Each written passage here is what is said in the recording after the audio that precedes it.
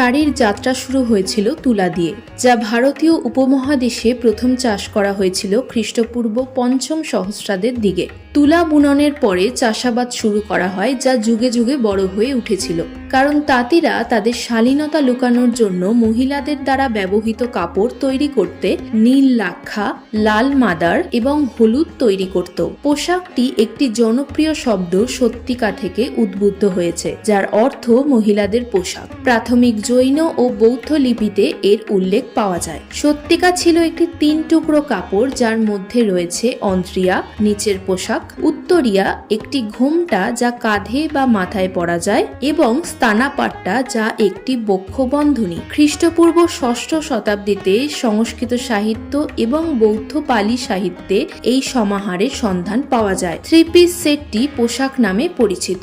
আর যখন বাঙালি কালচারের কথা উঠল, তাহলে বলা যায় যে সেটা শাড়ি ছাড়া অসম্পূর্ণ। বাঙালিদের কাছে শাড়ি মানেই বালুচরি, কাঁথা, ঢাকাই জামদানি, তাঁত, বেনারসি, মটকা, আরো কত কিছু। ভারতের বিভিন্ন রাজ্যে হরেক রকমের শাড়ির ইতিহাস এবং প্রচলন রয়েছে।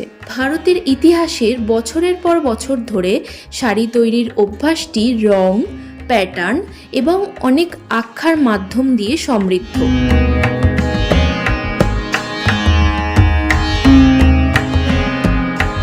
২০০ বছর আগে মুর্শিদাবাদ জেলার বালুচর নামে একটি ছোট্ট গ্রামে বালুচরীর প্রচলন ছিল, যেখান থেকে বালুচরী শাড়ির নাম হয়েছে। গঙ্গা নদীর বন্যা এবং পরবর্তীকালে গ্রামটি তলিয়ে যাওয়ার পর শিল্পটি বাঁকুড়া জেলার বিষ্ণুপুর গ্রামে চলে যায়।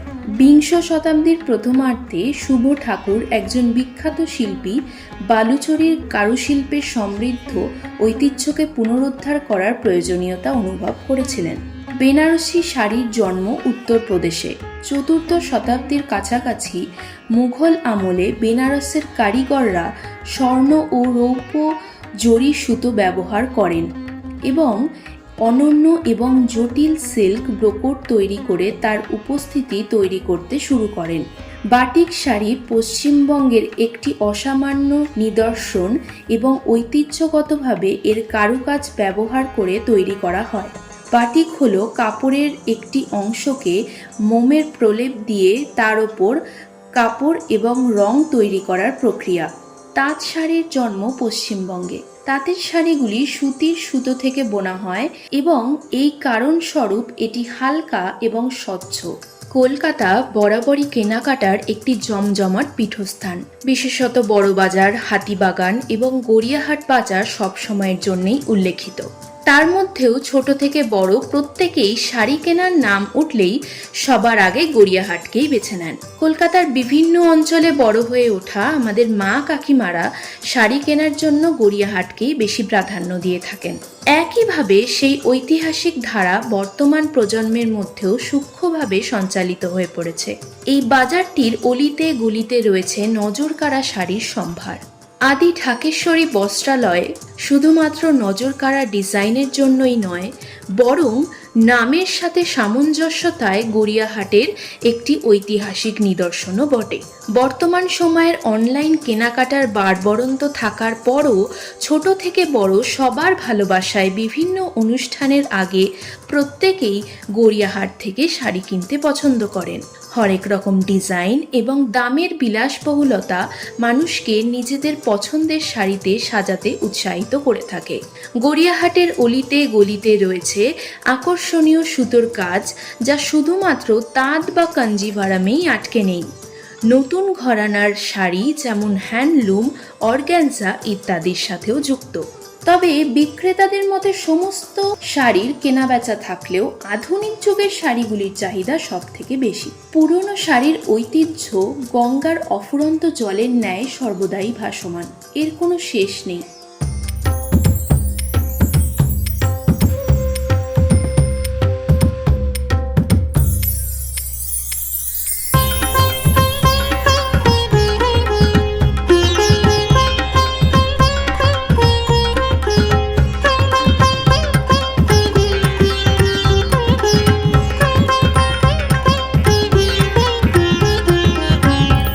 আমি এখানে কাজ পেয়েছি তাও 15-16 বছর।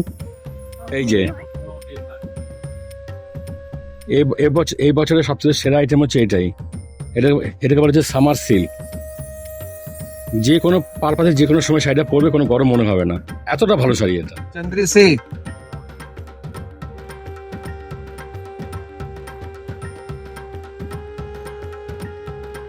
ये organza silk, this is all over work.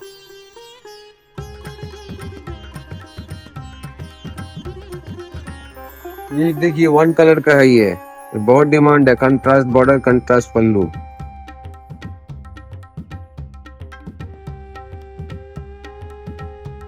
আগেকার দিনে যে শাড়িগুলো ছিল মায়েদের আমলে, সেই শাড়ি এখন আর, সেই জিনিসগুলো এখন আর পাওয়া যাবে না।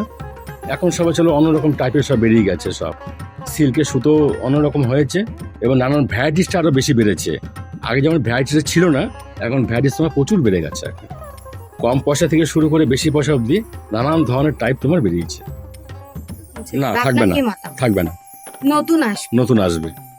কেন, তোমার আগেকার দিনে যে মায়েরা যা পিওর সিল্ক পরতো, যে কাপড়টা, সেই কাপড় এখন আর নেই, সব চেঞ্জ। ঠিক আছে, তো যত তোমার দিন যাবে তত তোমার চেঞ্জ হতে থাকবে। দামের ডিফারেন্স তো অনেক হয়েছে। আগেকার দিনে যেমন আমরা পিওর সিল্ক বিক্রি করেছি 15-16 বছর আগে 2200 টাকা, 1700-1800 টাকা। এখন তোমার পিওর সিল্ক শুরু হচ্ছিল 3255 টাকা, তাও পছন্দ হবে না। ঠিক আছে, তোমার এখন যদি পিওর সিল্ক যদি পড়তে হয়, তারপরে 4500-5000 টাকা থেকে শুরু, তাহলে তোমার পছন্দ হবে, চোখে লাগবে একটুখানি।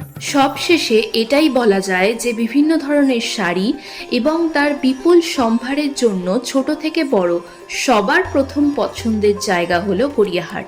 আজকের অনলাইন কেনাকাটার যুগেও গড়িয়াহাট ঐতিহ্যবাহী শাড়ি কেনাকাটার অন্যতম উল্লেখযোগ্য প্রাণকেন্দ্র হিসেবে পরিচিত। দিন বদলের সঙ্গে সঙ্গে শাড়ির রং, নমুনা, নকশা সবই বদলেছে এবং ভবিষ্যতেও আরও বদলাবে। কিন্তু কলকাতা এবং তার পার্শ্ববর্তী এলাকার মানুষের কাছে গড়িয়াহাটের শাড়ির সংগ্রহ পুরনো অনুভূতির ওপর নতুন অভিসন্ধি হয়ে থেকে যাবে।